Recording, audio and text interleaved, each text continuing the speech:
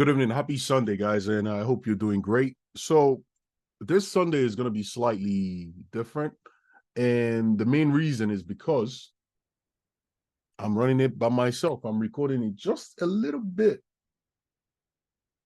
of time before the main webinar. We normally have the main webinar. So, I'll see if I can wrap this up within the next 13 minutes. So, quick one. I've quickly loaded up the CO2 report. Now, if you're new here, welcome. Make sure you give a like and a thumbs up if you learned something new, and you subscribe for more videos that we're going to be posting in the near future. Now, what we do is we have a three-way strategy. One is called COT, so Commitment of Traders Report, and we have seasonality, then we have probability. So probability is just the seasons in the market, right? Everything has a season. In your country, you have a season. So it's about the season of like the weather, where seasonal weather that you have. The market has a season of going up, going down, being sideways, and all of that. Most times in the market is mostly liquid, depending on when the market starts. So if you're in the States, for example, if you're going with let's say you're in the UK like me, if you're going with the London session, it's most likely going to be active in the morning, early in the morning, and like an hour before closure of the time. So those times you get more liquidity. And when it comes to a bigger pattern or bigger cluster, we look at it in terms of seasonalities, which is in this month, for example, are we in the season and the month in which price goes up or it goes down or it goes sideways.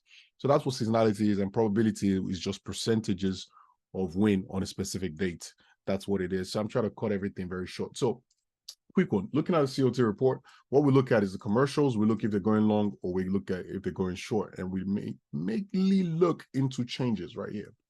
So we want to see them either going long or short. The main reason we choose commercials are because these guys do not look to make money out of the market.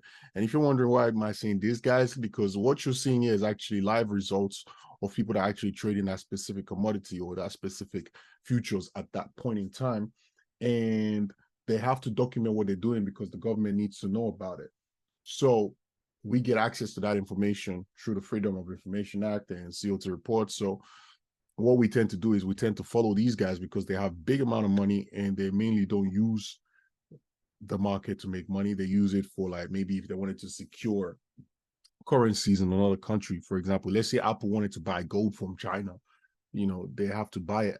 They don't make the transaction like on the same day. They might be thinking, okay, we want to buy 1 billion worth of gold because we want to put that in our phones. And in order for us to buy this, we're seeing that the price of the market is most likely going to be down at this time. Let's say $1 is 130 yuan, Chinese yuan, in 1 week. And then 3 weeks later, we're thinking the price is going to be 145. So it's better for us to secure it now in this week. So they take that position, and then we get to see the position that they've taken in a very short format, which is just long and short. Long means buy, short means sell. So what we tend to do is look for the ones that they're like relying more on, or they're swaying towards more, and then we use that to organize our own buyers. So for gold, we can see on the long and short side, they're taking out their position, so we won't trade that asset. The next one on the list is Swiss franc. What we can see is they've added 2,000 new position, but only added 300 in the short side. I would normally just not touch this because I want them to be on one side only, not on both sides. And we're looking at the same thing for Japanese yen, so nothing. Euro, they're on both sides, nothing. Pounds, they're on both sides, so nothing. USD on short, very small amount, not much, but I guess you got to deal with that. Then this is quite scary because they've taken out 11,000 position out of here. This is a big chunk of this, because if they're taking out 11,000, then they're possibly taking out over 10% of the 10 to 15% of their total position from the market. So we might see AUD start losing strength. But they didn't have enough on the short side, just a tiny bit. I don't like that. I like them adding heavy to the short or long side. So I'm going to keep that regardless. And then NZD actually looks the best. NZD has them going short with 2,000 new positions. So out of all of this, NZD seems to be the only one that looks good. So we do NZD. We'll do that for short, right? So right here, and we have NZD on short. So what we do next is we go to look at the seasonality. So if we look at seasonality, I can close this now, but I don't need those ones anymore. Now, so a few minutes in. So in seasonality, what we tend to do is we'll not look at the NZD and we want to see if it's a season to go short. If the seasonality of NZD is to go short, then that's good for us, because what we can then do is we can compare it to all assets that's paired with NZD. So AUD, NZD, GBP, NZD, whatever it is, even if it's exotic versus NZD, you know that most likely NZD is going to lose that trade because they're going short and the season is already short. But let's see if that's the case right here. So what we are at, we're right around the second right here. So right here. Now we've seen NZD is going to dip until the 6th, right? So third, which is tomorrow, 4, 5. I don't like taking trades that like this. I like to see them have a long stretch like that. But for example's sake, so we'll just do from the 3rd all the way till the 6th, right? You have to be out. So 3rd to 6th, July, Jordan. So we're looking okay-ish on this. So the next thing we do is now we go compare that to probability. Now, probability is a tool that we design in-house by ourselves. So, I mean, we got the idea or the formula from Larry Williams. Then we implemented this ourselves. So it gives us the probability of assets throughout the entire year. So I can see the percentage of win I have at December if I trade long or short. And there's some days in the market you actually have 100% win. They're not common, but they're still 100%, and some of them still work till today. So what we're gonna do is gonna wait for that to load up. Okay, it's right here. So what we look at now is we want to look at NZD. So we know that NZD is going short from the 3rd, right? So we want to see which assets to trade. So we have NZD CHF because NZD comes first before CHF in the order of NZD CHF, you know, so we're expecting the asset to actually go short.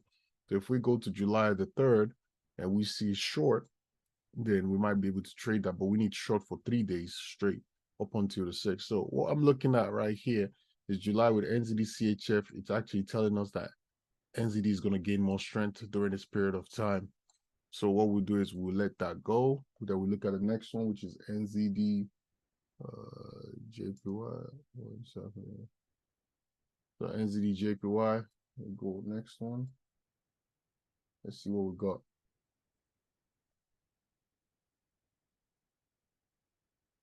So we have NZD going short there, but it bounced back with 2 longs and then short. So we don't want that. We want 3 days in a row pointing towards our direction, mainly because the first day failed, second most likely will not fail, and third will most likely not fail.